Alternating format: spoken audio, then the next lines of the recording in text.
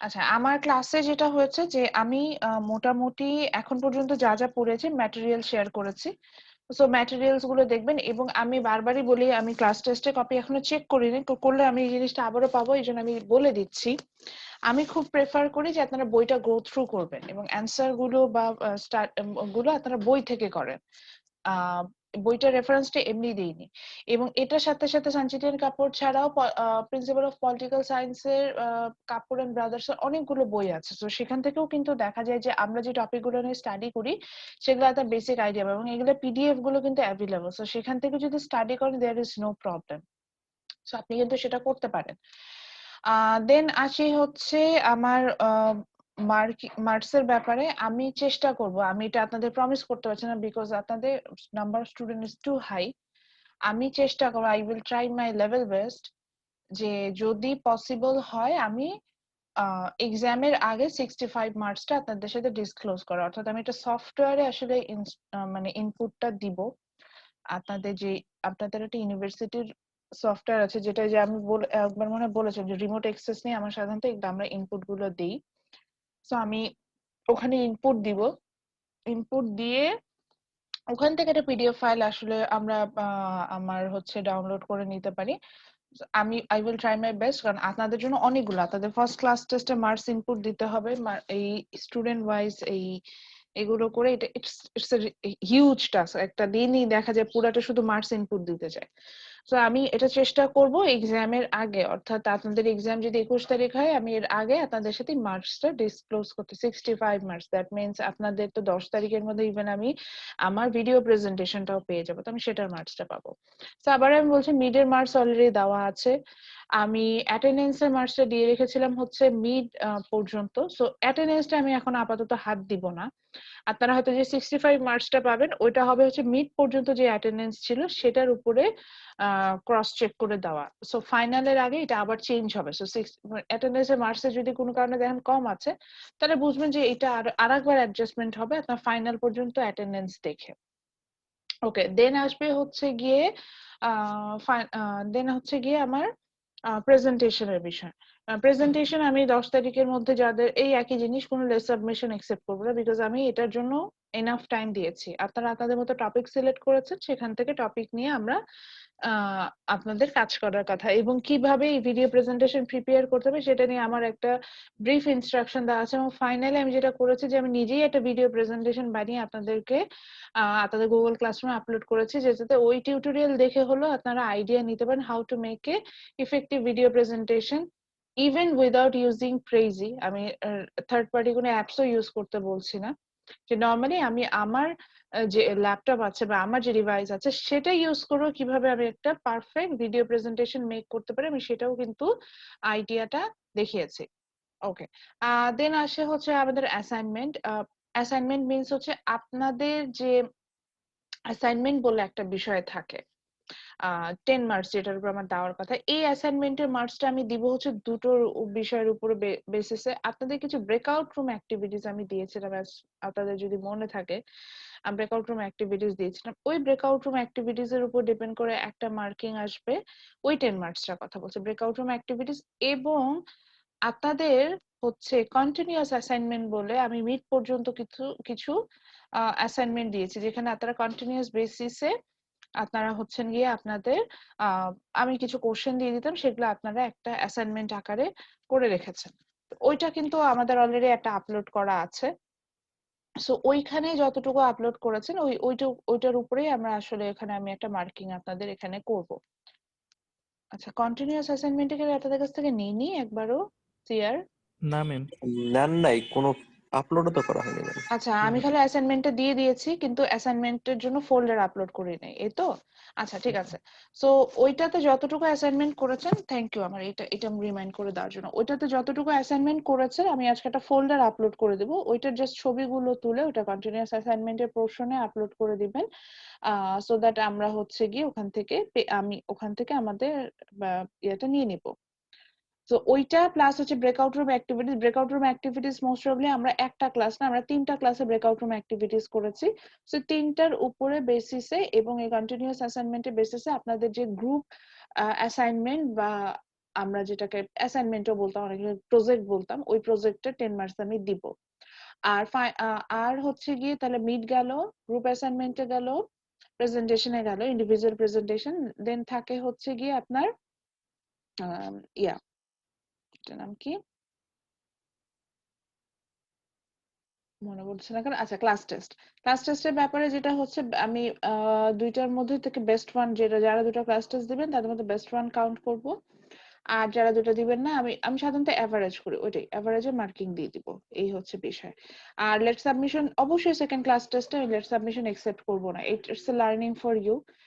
আমি আমার প্রত্যেকটা এক্সামের সময় আমি 15-20 মিনিট এমনি টাইম দিই, যে যাতে হচ্ছে গিয়ে আপনারা ছবিটা তুলে সেটাকে সুন্দরভাবে আমাকে আমার গুগল ক্লাসরুমে আপলোড করতে পারেন। তারপরেও যেটা আমি ফেস করি, এটা আমার এটা মানে আপনাদের কোর্সে না, এটা সব কোর্সে এই জিনিসটা হয়, যে আপলোড করার পরেও হচ্ছে গিয়ে আমি দেখতে পাচ্ছি যে আপনারা মানে আপনারা কেয়ারফুল না, আপনারা হচ্ছেন গিয়ে দেখা যাচ্ছে যে আমি আমি যেভাবে বলছি সেভাবে আপনারা আসলে দিতে ইন্টারেস্টেড হন না, আমি জানি না কেন আপনাদের আসলে আপনারা লেট সাবমিশন থাকবে, ওই ওই মোমেন্টে আপনাদের নেট চলে যায়, ওই মোমেন্টেই বাসায় ইলেকট্রিসিটি চলে যায়, ওই মোমেন্টে কোনো ডিভাইস পাওয়া যায় না। তো এই আপনি তো জানেন আপনার এক্সাম আছে, এই প্রিপারেশন নিয়ে তো আসতে হবে না স্যার। আচ্ছা, আমি তারপরেও বলছি, এই জিনিসটা বলার পর আমি এটা ফেস করেছি, সেটা হচ্ছে গিয়ে ফাইলগুলো, পিডিএফ ফাইলগুলো হচ্ছে গিয়ে অ্যাটাচ ঠিক মতো না করা, অ্যাটাচমেন্ট ঠিক মতো না করা মানে হচ্ছে আপনি আপনার ইচ্ছা মতো আপনি 20টা পেজ ধরে লিখেছেন, 20টা পেজে যে ইন্ডিভিজুয়াল ছবি টবি তুলে তুলে আমাকে 20টা পেজে আলাদা আলাদা করে পাঠিয়ে দিলেন, এইটা খুবই হ্যাসেল ক্রিয়েট করে। আমি বলবো যে আপনি যখনই আমাকে পাঠাবেন, তখনই হচ্ছে গিয়ে আপনি আপনি যখনই ছবিটা আমাকে পাঠাচ্ছেন তখনই হচ্ছে এমন ভাবে পাঠাবেন যাতে হচ্ছে গিয়ে সবগুলো ছবি তুলে একটা ফাইলের মধ্যে থাকে, যাতে আমি আপনার ফাইলটা যখন ওপেন করব আমি যাতে একসাথে ওই 20টা পেজ পাই। আপনি আলাদা আলাদা করে 20টা পিডিএফ জাস্ট 20টা ছবি তুলে আমাকে পাঠিয়ে দিলেন, আমি একটার পর একটা, ওই যে ওখানে কন্টিনিউটিও মেনটেন হয় না, ওখানে এই দেখা যাচ্ছে একটা ফাইল থেকে আরেকটা ফাইলে যাচ্ছি, অনেক সময় এটা অ্যাসেসমেন্টে আমার প্রবলেম হয়। এখন এই কারণে যদি আপনার অ্যাসেসমেন্টে কোনো ইম্প্যাক্ট পড়ে, আপনি মার্কস ডিডাকশনে আমি যাই, তো এটা ইটস টোটালি ইয়োর ফল্ট। আবারও বলছি, যখনই ফাইলটা আপলোড করবে একটা ফাইলের মধ্যে, এটা আমার কোর্সের জন্য না, বাকি টিচারও এই একটা কমপ্লেন করে যে দিয়ে এবার 20টা পেজে অ্যান্সার লিখেছে, 20টা আলাদা আলাদা ফাইল করে পাঠিয়েছে, তো এইভাবে না পাঠিয়ে একটা ফাইলে পাঠাবেন।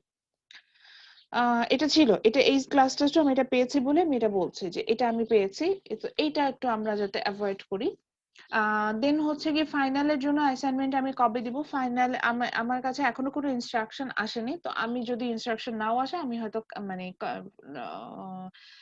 আমার ইয়ার মধ্যে আমি কালকে হয়তো দিয়ে দিব আপনাদের কাছে, আজকে কি থার্সডে, হ্যাঁ কালকে আমি দিয়ে দেবো, আপনাদের অলরেডি ফাইনাল আমার অ্যাসাইনমেন্ট আমার প্রিপেয়ার করা, সো আমি কালকে অ্যাসাইনমেন্ট দিয়ে দিব, এবং দিয়ে হয়তো বা ইউনিভার্সিটি থেকে যদি বলে 10 ডেজ দিতে আমি 10 ডেজ দিব, 7 ডেজ দিতে বলে আমি 7 ডেজ দিব, দেন একটা কনভেনিয়েন্ট আমি আপনাদের জন্য দিয়ে দিব, যাতে হচ্ছে কি আপনারা আপনাদের ফাইনাল টাইম অ্যাসাইনমেন্টটা কমপ্লিট করে ফেলতে পারেন। ফাইনাল ভাইবার জন্য যেটা হবে যে আগের মতোই আমি যা যা পড়িয়েছি সেখান থেকে আমি সাধারণত কনসেপচুয়াল কোশ্চেন গুলো করি, শর্ট কোশ্চেন করি, অবভিয়াসলি কোন লার্জ টাইপের কোশ্চেন করবো না, সো কনসেপচুয়াল কোশ্চেন গুলো করবো, সেই ওয়াইজ পড়ে যাবেন। বেটার হয় হচ্ছে কি আমরা যদি ক্লাস রেকর্ডিং গুলো গ্রো থ্রু করে দেখবেন যে আমরা ধরেন suppose democracy positive negative side নিয়ে অনেক আলোচনা করেছি, তো আলোচনাগুলো দেখা গিয়েছে যে সেখানেই কিন্তু অনেক কথা বলেছে, তো এখন থেকে আমি হয়তো একটা পজিটিভ সাইড আপনাকে নিজের মতো করে এক্সপ্লেন করতে বলবো, তো আপনার নিজের মতো করে কথা বলতে হবে, এরকম বিষয়গুলো আসে। বা ধরেন পলিটিক্যাল পার্টি নিয়ে আমরা পড়েছি, সেখানে পলিটিক্যাল পার্টির ফাংশন নিয়ে পড়েছি, ফাংশনটা নিয়ে আমরা হয়তো ফাংশনটাকে আমরা এই যে একইভাবে গো থ্রু করবো, এবং সেখান থেকে আমরা দুই একটা ফাংশন বললাম। আমি খুবই, ইটস ভেরি প্যাথেটিক, যখন আমি যখন ভাইভা নিয়েছি, খুব বেসিক কোশ্চেন করেছে, অ্যান্সার করতে পারে না, লাইক আমার এমনও স্টুডেন্ট আমি পেয়েছি যাকে আমি জিজ্ঞেস করছি what is comparative government, okay fine, আপনি কিচ্ছু বলতে হবে না, এটা বলেন কম্পারেটিভ গভর্নমেন্ট কি, হি কান্ট ডিফাইন, বা কম্পারেটিভ গভর্নমেন্ট কিসের সাবফিল্ড, পারে নাই। এখন আপনি ভেবেন না যে আপনি জাস্ট ভাইভা সেশনে অ্যাটেন্ড করেছেন বলেই আপনাকে আমি মানে একটা ভালো রকম মার্কস দিয়ে দেবো, এটা না। আমাদের যেটা রুলস ইজ রুলস। আপনি অ্যাটেন্ড করলে হয়তো অ্যাটেন্ডেন্সের জন্য একটা স্পেসিফিক মার্কস আছে, সেটা পাবেন। বাট আপনি যদি কিছু অ্যান্সার না করতে পারেন, লাইক আপনাদের ভাইভাতে 15 মার্কস, এখন আপনি কিছু অ্যান্সার যদি না করতে পারেন, হুইচ মিনস আপনি মার্কস ওটাতে 0ই পাবেন। বিষয়টা হচ্ছে এরকম। সো এরপরে আসি হচ্ছে গিয়ে আচ্ছা, আপনাদের কোনো কোশ্চেন থাকলে একটু কোশ্চেন নিয়ে নিই। আমি তো একা একাই কথা বলে যাচ্ছি, কোনো কোশ্চেন আছে কিনা, দেন আমি আসলে আজকে ক্লাস টপিকে যাব। ম্যাম প্রেজেন্টেশন ডিউরেশনটা কয় মিনিট হবে? আচ্ছা, কোশ্চেনটা কে করেছেন আমাকে একটু নামটা বললেন তো। ম্যাম সাইফুল ইসলাম সাগর। সাইফুল ইসলাম সাগর। সাগর, আপনি কি ক্লাসে বেশ কিছু ক্লাস মিস দিয়েছেন আমার? না ম্যাম, আমি মানে কয়েকটাতে নেট সমস্যা ছিল তো জয়েন করতে হয়তো লেট করে। আচ্ছা, আমি ক্লাসে এটা খুব ক্লিয়ারলি বলেছিলাম যে আমার ক্লাসটা হবে হচ্ছে, সরি, আমার প্রেজেন্টেশনটা হবে হচ্ছে গিয়ে 20 মিনিটস ডিউরেশনের। সরি, কি উল্টাপাল্টা বলি, মানে মিনিমাম 5 মিনিটস ডিউরেশন একটা প্রেজেন্টেশন হতে হবে। 5 মিনিটস এর নিচে এটা হতেই পারবে না। Okay ma'am. মানে কম পক্ষে এটা 5 মিনিটস হতে হবে। দেন আপনি যতটুকু এতে যান, বাট 5 মিনিটস ইটস ম্যান্ডেটরি, এটা বলা ছিল। আচ্ছা, আর কোনো কোশ্চেন আছে?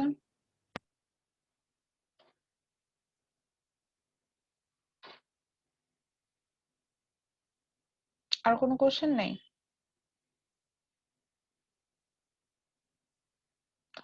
ওকে, যদি কোশ্চেন না থাকে দেন দেন ভেরি গুড। তাহলে আজকে আমরা ম্যাম ম্যাম হ্যাঁ, আপনি যেভাবে ভিডিও বানাইতে বলছেন ম্যাম, আমাদের ফোন দিয়ে অনেক প্রবলেম হয় ম্যাম। আমি কিভাবে ভিডিও বানাতে বলেছি, এর কি প্রবলেম হয়েছে? ম্যাম আপনার স্ক্রিন শেয়ার করতে হবে আপনার স্লাইডের, এটা ম্যাম সমস্যা হয়ে যায় ম্যাম। ম্যাম আমি ভিডিওটা করে ম্যাম যদি আমি এক্সট্রা ভাবে আপনার স্লাইডটা সাবমিট করি হবে না? ম্যাম এটা বলেছিল যে যেভাবে হবে আলাদা ভিডিওর সাথে স্লাইড, আর যদি পসিবল হয় তাহলে প্রেজিতে।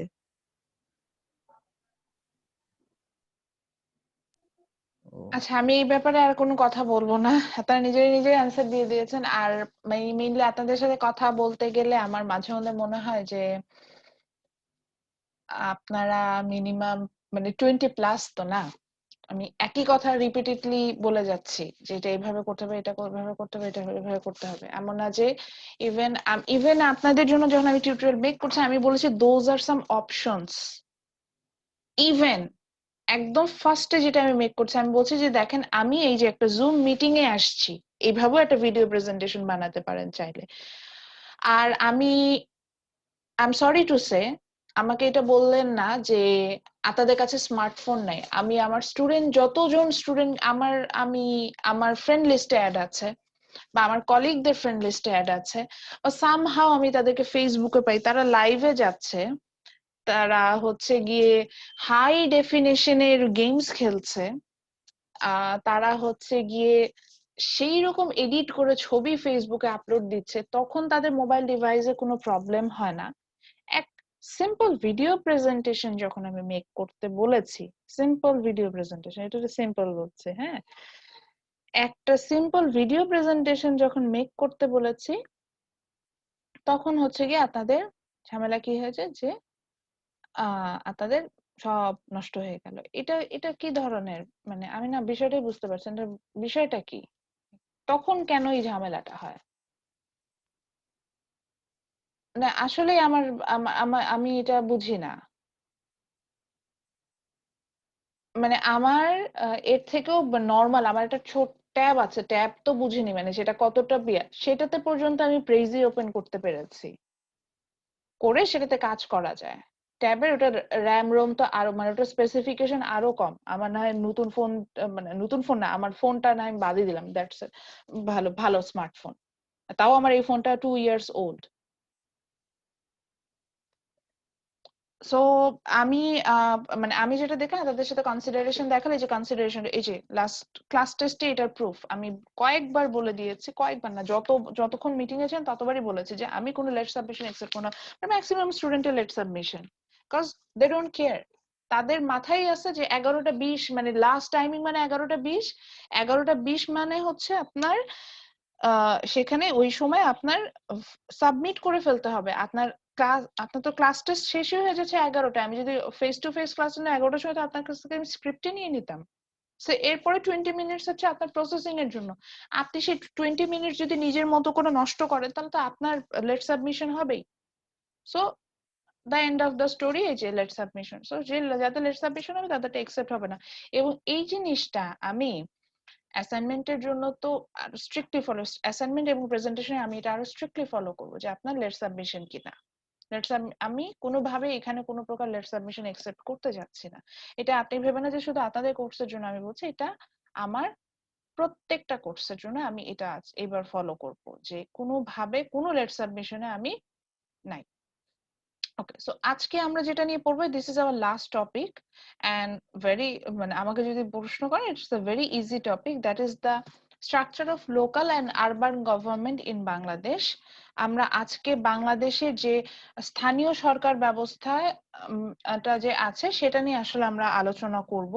স্থানীয় সরকার বলতে আমরা বুঝি হচ্ছে গিয়ে আমাদের স্থানীয় পর্যায়ে, অর্থাৎ আমাদের যে আমরা একদম মানে আমরা যেহেতু পার্লামেন্টারি গভর্নমেন্টের আন্ডারে আছি, পার্লামেন্টারি গভর্নমেন্ট মানে একদম সেন্ট্রাল যে কমান্ড, যেটা সেন্ট্রাল কমান্ড থেকে সরে এসে আমরা যখন হচ্ছে গিয়ে আমরা এলাকা ভিত্তিক যে আমাদের যে পার্ট গুলো আছে, এই এলাকা ভিত্তিক যখন ভাগটা হচ্ছে, এই এলাকা ভিত্তিক ভাগে আমরা যে এলাকাতে থাকি সেখানে আমাদের যে গভর্নমেন্ট স্ট্রাকচারটা আছে সেটা সম্পর্কে আমরা আসলে আজকে জানবো।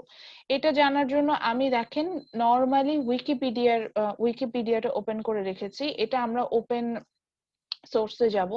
সো আপনি এখান থেকে উইকিপিডিয়া থেকে কিছু আইডিয়া নিতে পারেন। ইভেন আমি হচ্ছে গিয়ে একটা জার্নালে গিয়েছে, সেখানে হচ্ছে গিয়ে আমাদের দেন লোকাল গভর্নমেন্টের স্ট্রাকচার নিয়ে সেখানে কিছু আলোচনা আছে, সেখানে যেতে পারি। তো এটা আপনার ইচ্ছে, আপনি কোনখান থেকে এটাতে যাবেন। তো বেসিক আমি উইকিপিডিয়া ফলো করেছি। উইকিপিডিয়া ছাড়াও bangladeshstudies.org.com এরকম আর একটা ওয়েবসাইট আছে, সেখানেও বেশ ভালো ম্যাটেরিয়ালস আছে, আপনি সেখানেও যেতে পারেন। এগুলো আপনার ইচ্ছে যে আপনি কোনখান থেকে এখানের অ্যান্সারটাতে যাবেন। সো আজকে আমাদের এটাই আমাদের লাস্ট টপিক এবং এটার পর আমরা আর আগাবো না। সো আমরা চলে যাই। তো বাংলাদেশি বেসিসে আমরা যদি যাই, আমরা এই যে বললাম আমরা সেন্ট্রাল কমান্ড থেকে বের হয়ে লোকাল এরিয়াতে আমার কমান্ডটা কি হবে, গভর্নমেন্ট স্ট্রাকচারটা কি হবে, সেটাই হচ্ছে আজকের ক্লাসে আমাদের মেইন হেডেক। আমরা দেখবো যে কিভাবে এটা যায়।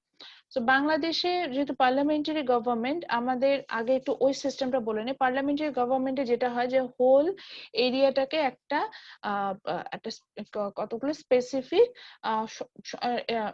এলাকাতে ভাগ করে। বাংলাদেশে যেটাকে বলা হচ্ছে সংসদীয় এলাকা। তো বাংলাদেশে এরকম সংসদীয় এলাকা আছে হচ্ছে 300টি। এই 300 এলাকা থেকে আমরা 300 আমাদের ভোটে 300 পার্লামেন্টারি মেম্বার তারা ইলেক্টেড হন। তারা মিলে আমাদের লেজিসলেচার হুইচ ইজ কল জাতীয় সংসদ সেটা মেক করে। জাতীয় সংসদে যারা পার্লামেন্টারি মেম্বার থাকে তাদের ভোটে অ্যাকচুয়ালি আমাদের যিনি প্রাইম মিনিস্টার হন তাকে ইলেক্টেড করা হয়। প্রাইম মিনিস্টার হচ্ছে কি তাদের সরাসরি ভোটে নির্বাচিত হয়। আপনারা হয়তো এটা জানেন না যে পার্লামেন্টের মেম্বাররা না চাইলে nobody can be prime minister. এখন আমরা হয়তো যাকে এখন প্রাইম মিনিস্টার হিসেবে চিনি, তার হয়তো ম্যাক্সিমাম সাপোর্ট আছে from her political party, so that's why she is in that position. So এটা কিন্তু এই সাপোর্টটা কিন্তু দরকার হয়। এই সাপোর্টের পরে আমরা আমাদের প্রাইম মিনিস্টারকে পেয়ে থাকি। এরপরে যেটা আসে সেটা হচ্ছে যে তো তারা হচ্ছে সেন্ট্রাল কমান্ডে থাকে। মেইন কথা হচ্ছে আমরা যখন পার্লামেন্টারি গভর্নমেন্টে যাচ্ছি, দে আর ইন দ্য সেন্ট্রাল কমান্ড, অর্থাৎ একদম ক্ষমতার কেন্দ্রবিন্দু থেকে পুরো দেশটাকে তারা কন্ট্রোল করছে। তো এখন যখন আমি এলাকা ভিত্তিক ভাবে যাব, তখন স্থানীয় স্বায়ত্ত শাসনের দরকার হয় এবং সেক্ষেত্রে আমরা কিন্তু গভর্নমেন্টের একটা নিউ স্ট্রাকচার দেখতে পাই। তো সেটাই হচ্ছে গিয়ে আমরা আজকে স্টাডি করব যে এই স্ট্রাকচারটা কিরকম এবং এখানে আমরা কিভাবে এটা পাবো। এবং এটার ওভারভিউ করতে যে আমরা দেখব যে in rural area the structure is different and in urban area the structure is another type of। আমি দুটো নিয়েই কথা বলবো যে রুরাল এরিয়াতে কিরকম হবে বা আরবান এরিয়াতে কিরকম হবে, আমরা দুটো নিয়ে আসবো এখানে। সো আমরা প্রথমে চলে যাব হচ্ছে লোকাল গভর্নমেন্টটা নিয়ে। যে আমরা লোকাল গভর্নমেন্টটা কিভাবে যাচ্ছে সেটা নিয়ে প্রথমে স্টাডি করব, দেন আমরা আসলে সরি মাই মিস্টেক, রুরাল গভর্নমেন্টটা নিয়ে আগে প্রথমে স্টাডি করব, দেন আমরা আসলে আরবানটাতে যাব। সো যদি লোকাল গভর্নমেন্টে আমরা বলতে চাই তাহলে বাংলাদেশে হচ্ছে 8 ডিভিশন আছে, কারেন্টলি 8টা ডিভিশন আছে, 64 ডিস্ট্রিক্ট আছে। যদিও 65 হওয়ার কথা ছিল একটা সময়, যে ভৈরব আলাদা একটা ডিস্ট্রিক্ট হওয়ার কথা ছিল, কিন্তু সেটা ফাইনালি আর হয়নি। সো 65 ডিস্ট্রিক্ট, এখন আমাদের 64 স্টিল না উই আর ইন, মানে আমরা যেটা বলতে চাই 64 ডিস্ট্রিক্ট আছে। দেন হচ্ছে গিয়ে প্রত্যেকটা ডিস্ট্রিক্টকে যদি আমরা সাব ডিস্ট্রিক্টে পার্ট করি, সো এই যে সাব ডিস্ট্রিক্ট যেটাকে আমি বলছি, এটার বাংলাদেশে এটার নাম হচ্ছে উপজেলা। দেন এই সাব ডিস্ট্রিক্ট গুলোকে আমরা যদি সেই সাব ডিস্ট্রিক্ট গুলোকে যদি আমরা আরবান এরিয়াতে নিয়ে যাই, তো এই আরবান এরিয়াতে দিলে সেগুলোকে আমরা বলেছি যে সেগুলোকে আমরা কিছুটা সেগুলোকে আমরা ভাগ করেছি মেট্রোপলিটন এরিয়াতে। যেমন আমরা যদি ডিভিশনাল যে ডিস্ট্রিক্ট গুলো আছে, লাইক রাজশাহী বা ঢাকা বা সিলেট বা চিটাগং বা বরিশাল, এগুলোকে যখন আমি সাব ডিস্ট্রিক্টে নিব, অর্থাৎ উপজেলাকে নিব, ওগুলোকে আসলে উপজেলা না বলে মেট্রোপলিটন এরিয়া কিন্তু বলা হয়। দেন হচ্ছে গিয়ে মেট্রোপলিটন এরিয়াটাকে আমরা কিছুটা মেট্রোপলিটন এরিয়া বলা হয়। আর যদি সেটা ওই যে আমি বললাম যে ডিভিশনাল ডিস্ট্রিক্ট গুলো না হয় বা ইম্পর্টেন্ট ডিস্ট্রিক্ট না হয়, তখন সেটাকে আমরা কিন্তু উপজেলা বলি। দেন দেন ইচ উপজেলা ইজ ডিভাইডেড ইন ইউনিয়নস, আমরা কিছু ইউনিয়নে সেটাকে ভাগ করছি। এবং দেন এটাকে ফাইনালি আমরা ভাগ করি হচ্ছে গিয়ে ইউনিয়ন গুলোকে আমি যদি ডিভাইডেড করি, এটা কিছু কয়েকটা গ্রামে ভাগ হয়ে যায়। এখন যদি এটাতে আপনি যদি আরবান গভর্নমেন্টে আসেন, মানে আরবান স্ট্রাকচারে যদি আমরা চলে যাই, তখন হচ্ছে আমি যেটাকে বলছিলাম যে উপজেলা বা সাব ডিভিশন, বা আমি যেটাকে বললাম ইউনিয়ন, দেন ইউনিয়নকে ভেঙে আমি কিছু ভিলেজ পেলাম, এটা পুরোটা হচ্ছে কি রুরাল অ্যাডমিনিস্ট্রেশনের পার্ট। আমি যদি আরবান অ্যাডমিনিস্ট্রেশনের দিকে যেতে যাই, তাহলে হচ্ছে গিয়ে সাধারণত আমি এটাকে ওই যে বলছিলাম যে মেট্রোপলিটন এরিয়াতে নিয়ে যাচ্ছি। মেট্রোপলিটন এরিয়াটাকে আমরা সাধারণত সিটি কর্পোরেশনের আন্ডারে নিয়ে আসি।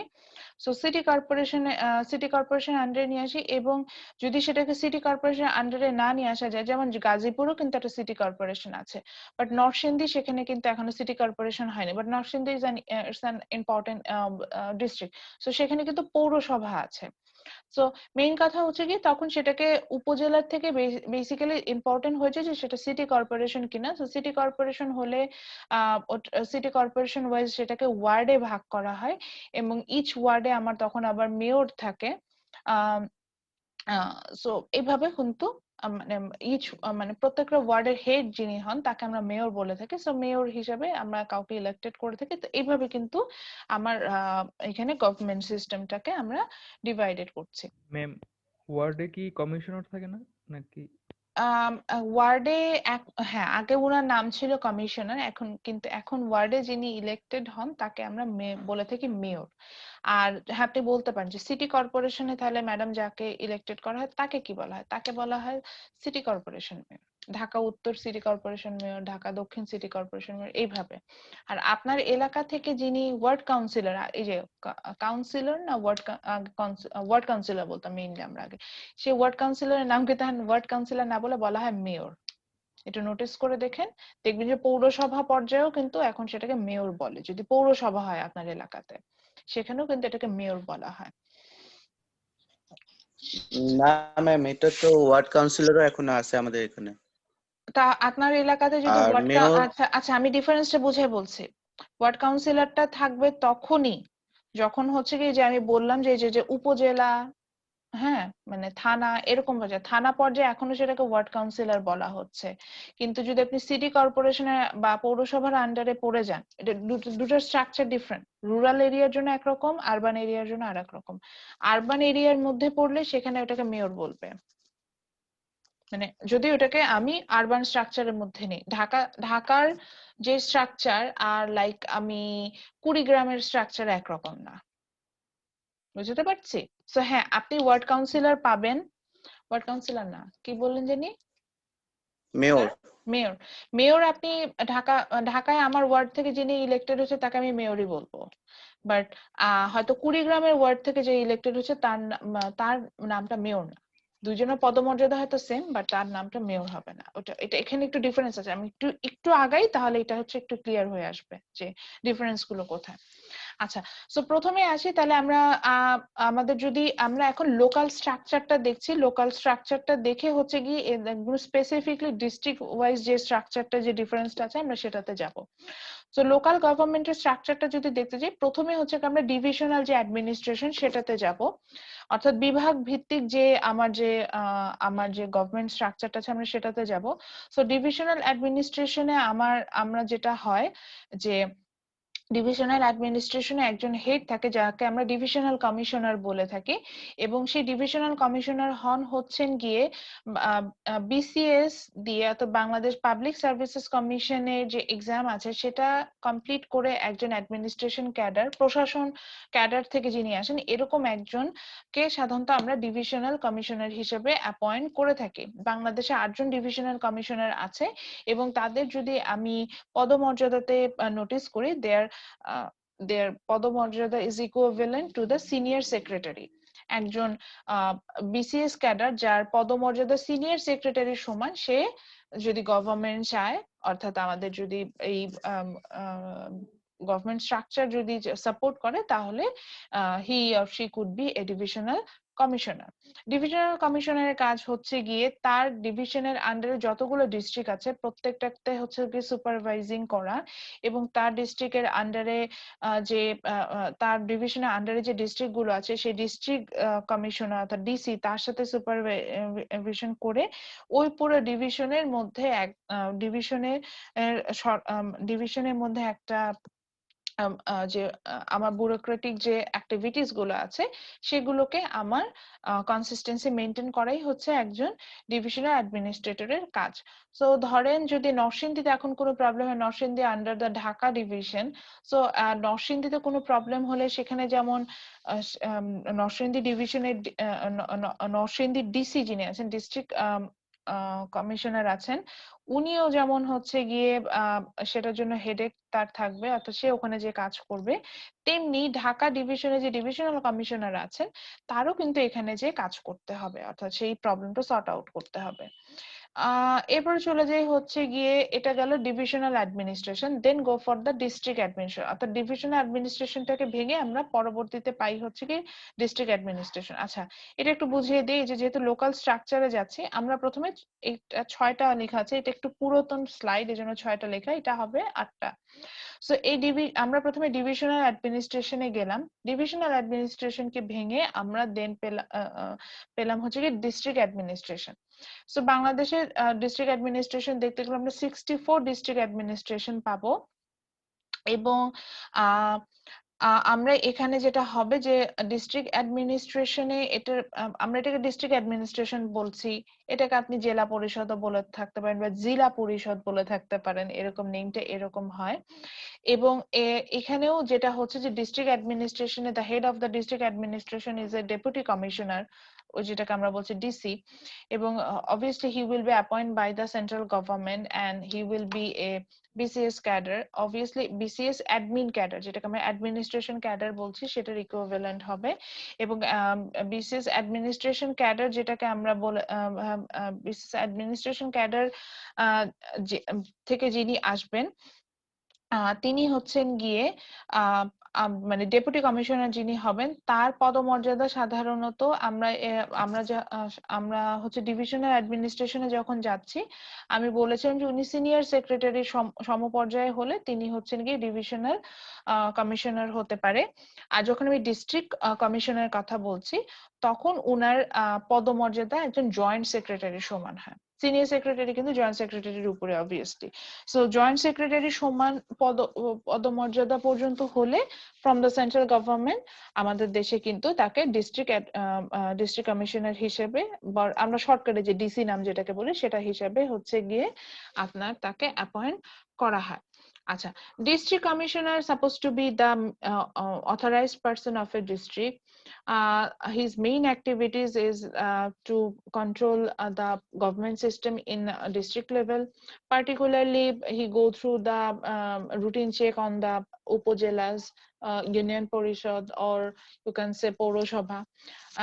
In any kind of problem regarding that district is goes with the district commissioner. So যদি কোনো কারণে সাপোজ আইন শৃঙ্খলা পরিস্থিতিতে যদি কোনো আমি প্রবলেম দেখে থাকি ওই ডিস্ট্রিক্টে, সো দ্য মেইন মানে ওটাকে যদি আমি যদি যেটাকে বলা যায় যে ওটাকে যদি আমি হচ্ছে কি কন্ট্রোল করতে চাই, এটার জন্য মেইন অথরাইজড পার্সনটা আমার হবে হচ্ছে কি একজন ডিস্ট্রিক্ট অ্যাডমিনিস্ট্রেটর, বা আমি যেটাকে বলছেন যে যেটাকে বলছেন যে ডেপুটি কমিশনার ডিসি, তার কিন্তু এটা ওনাকে মেইনটেইন করতে হবে। এরপরে যেটা হচ্ছে যে আমরা তাহলে ডিভিশনে ছিলাম, ডিভিশনটাকে ভেঙে আমরা কতগুলো ডিস্ট্রিক্টে পেলাম। এরপরে যখন আমরা ডিস্ট্রিক্টটাতে যাব, ডিস্ট্রিক্টটাকে ভাঙবো, ইন রুরাল অ্যাডমিনিস্ট্রেশন এটাকে আমরা বলছি উপজেলা, এন্ড ইন আরবান অ্যাডমিনিস্ট্রেশন আমরা এটাকে বলছি সিটি কর্পোরেশন বা পৌরসভা। হিয়ার ইজ দ্য ডিফারেন্স, ঠিক আছে? সো আমরা যখনই সাব ডিভিশনাল যে অ্যাডমিনিস্ট্রেশন যেটা আছে সেখানে যখন চলে যাব, দেন ইটস কল দ্য উপজেলা অফ বাংলাদেশ। সো উপজেলাতে আমরা যদি যাই, উপজেলা পর্যায়ে দ্য মেইন মানে কি person, the key person from the government is UNO, উপজেলা নির্বাহী অফিসার যাকে আমরা বলা হয়, এবং সেও একজন কিন্তু civil Bangladesh civil services commission BCS থেকে বিসিএস এর একজন অ্যাডমিন ক্যাডার হবেন এবং তাকেও সেন্ট্রাল গভর্নমেন্ট থেকে অ্যাপয়েন্ট করা হয়। এন্ড আমি যদি ইউএন এর আমি ডেজিগনেশন ইকুইভ্যালেন্ট ধরি, so from his designation equivalent একজন সিনিয়র অ্যাসিস্ট্যান্ট সেক্রেটারি, তাকে কিন্তু আমরা হচ্ছে গিয়ে একজন ইউএনও হিসেবে আমি তাকে অ্যাপয়েন্ট করতে পারবো। সো আমরা ইউএনও হিসেবে অ্যাপয়েন্ট করতে পারবো। সো তাহলে এতক্ষণ পর্যন্ত যেটাকে বুঝলাম যে আমরা যদি সেন্ট্রাল গভর্নমেন্ট থেকে বাদ দিই, আমরা যখন লোকাল গভর্নমেন্টে যাব, সেন্ট্রাল গভর্নমেন্টকে আমরা ভেঙে লোকাল গভর্নমেন্টে গেলে প্রথমে আসে যে ডিভিশনাল এরিয়া। ডিভিশনে আমার প্রথমে যে ডিভিশনাল অ্যাডমিনিস্ট্রেশন, সেখানে একজন হেড থাকেন হচ্ছে গিয়ে ডিভিশনাল কমিশনার। তার কাজ হচ্ছে পুরো ডিভিশনটাকে অল ওভার কন্ট্রোল করা। দেন তার ডিভিশনালটাকে আমরা ভেঙে হচ্ছে ডিস্ট্রিক্ট পর্যায়ে যাচ্ছি। বাংলাদেশে এরকম 64 ডিস্ট্রিক্ট আছে, তো দেন হচ্ছে আমরা ডেপুটি কমিশনার পাই, যিনি কিনা ডিস্ট্রিক্টটাকে হচ্ছে গিয়ে আপনার কন্ট্রোল করে, এবং তাকে হচ্ছে আমরা তার পদমর্যাদা আমরা দেখেছিলাম একজন সিনিয়র সেক্রেটারির মতো, এবং তার কাজ থাকে হচ্ছে গিয়ে একজন ডিস্ট্রিক্ট লেভেলে পুরো ডিস্ট্রিক্ট লেভেলটাতে গভর্নমেন্ট সিস্টেমটাকে কন্ট্রোল করা। এবং সে আমাকে যদি আরো একটু ডিটেল বলতে বলেন, ডিস্ট্রিক্ট কমিশনারের সাথে কিন্তু একজন জেলা পর্যায়ে পুলিশ সুপার থাকে, এবং তিনটা পার্ট থেকে লেজিসলেচার, এক্সিকিউটিভ এন্ড জুডিশিয়ারি, তিনটা পার্ট থেকে কিন্তু আসে। সো এক্সিকিউটিভ পার্ট থেকে আমার আসেন হচ্ছে গিয়ে আমার এক্সিকিউটিভ পার্ট থেকে হচ্ছেন গিয়ে এই যে একজন ডিসি আসেন, দেন জুডিশিয়ারি পার্ট থেকে হচ্ছেন একজন chief justice, sorry my mistake, sorry আমি ভুল বলে ফেলছিলাম। সো মানে এক্সিকিউটিভ পার্ট থেকে অর্থাৎ অ্যাডমিনিস্ট্রেশন পার্ট থেকে হচ্ছেন গিয়ে ডিসি থাকেন, একটা জেলাকে যদি আমি কন্ট্রোল করার কথা বলছি। দেন হচ্ছে গিয়ে জেলা জজ, যাকে আমরা বলে থাকি জেলা জজ, যিনি কিনা বাংলাদেশ, আমি এটার নামটা আমি জানি না, মানে এটা হচ্ছে গিয়ে বিসিএস এর ইকুইভ্যালেন্ট বলা হয়, যে আমাদের দেশে যে ল যারা জুডিশিয়ারি যারা কমপ্লিট করে আসে, সেখান থেকে হচ্ছে কি তাদের আলাদা আর একটা এক্সাম হয়, ওটার নাম মনে হয় BGS. So Bangladesh judiciary service commission, এরকম একটা নাম। আমি এই ব্যাপারে একটু কনফিউশন আছে, আমি এটা নিয়ে কখনো স্টাডি করিনি ওভাবে, আমি শুধু জানি যে এটার নাম বিজিএস। সো সেই বিজিএস থেকে জেলা পর্যায়ে কিন্তু, জেলা উপজেলা সবগুলো পর্যায়ে কিন্তু এইভাবে তাদেরও ঠিক একইভাবে বিসিএস এর মতো অ্যাপয়েন্ট, মানে গভর্নমেন্ট অফিসার আমার অ্যাপয়েন্টমেন্টের একটা প্রসেস থাকে। সো সেখানে বিজিএস থেকে একজন হচ্ছেন গিয়ে প্রতি জেলা পর্যায়ে জেলা জজ যাকে বলা হয়, যে যার পদমর্যাদা কিন্তু একজন ডিসি সমান হয়, তিনি, এবং হচ্ছে গিয়ে জেলা পর্যায়ে যিনি পুলিশ সুপার থাকেন, এই তিনজন মিলে মেইনলি একটা জেলার এই যে তিনটা part, executive, legislature and judiciary, তিনটা পার্ট কিন্তু তারা কন্ট্রোল করে। So DC mainly controllable area is the executive part. Judiciary জায়গায় আমার সেই জেলা জজ যিনি আছেন তিনি জুডিশিয়ারি পার্টটা দেখবেন। আর যদি এগুলো কেউ কন্ট্রোল না করতে পারে তাহলে যে আমরা যে ল এনফোর্সমেন্টের যে বিষয়টা আসবে তখন সেটা আমার পুলিশ সুপারের কাছে। তারা তিনজন মিলে, তিনজনের পদমর্যাদাই কিন্তু সেম, আমি এটাও বুঝাতে চেষ্টা করছিলাম। তারা মিলে কিন্তু এখানে তাদের অ্যাক্টিভিটিস গুলো হবে। আপনাদের মনে হতে পারে যে একা ডিসি কিভাবে আসলে পুরো ডিস্ট্রিক্টটাকে কন্ট্রোল করে। সো বেসিক্যালি উনি কিন্তু এনাদেরও হেল্প নেন।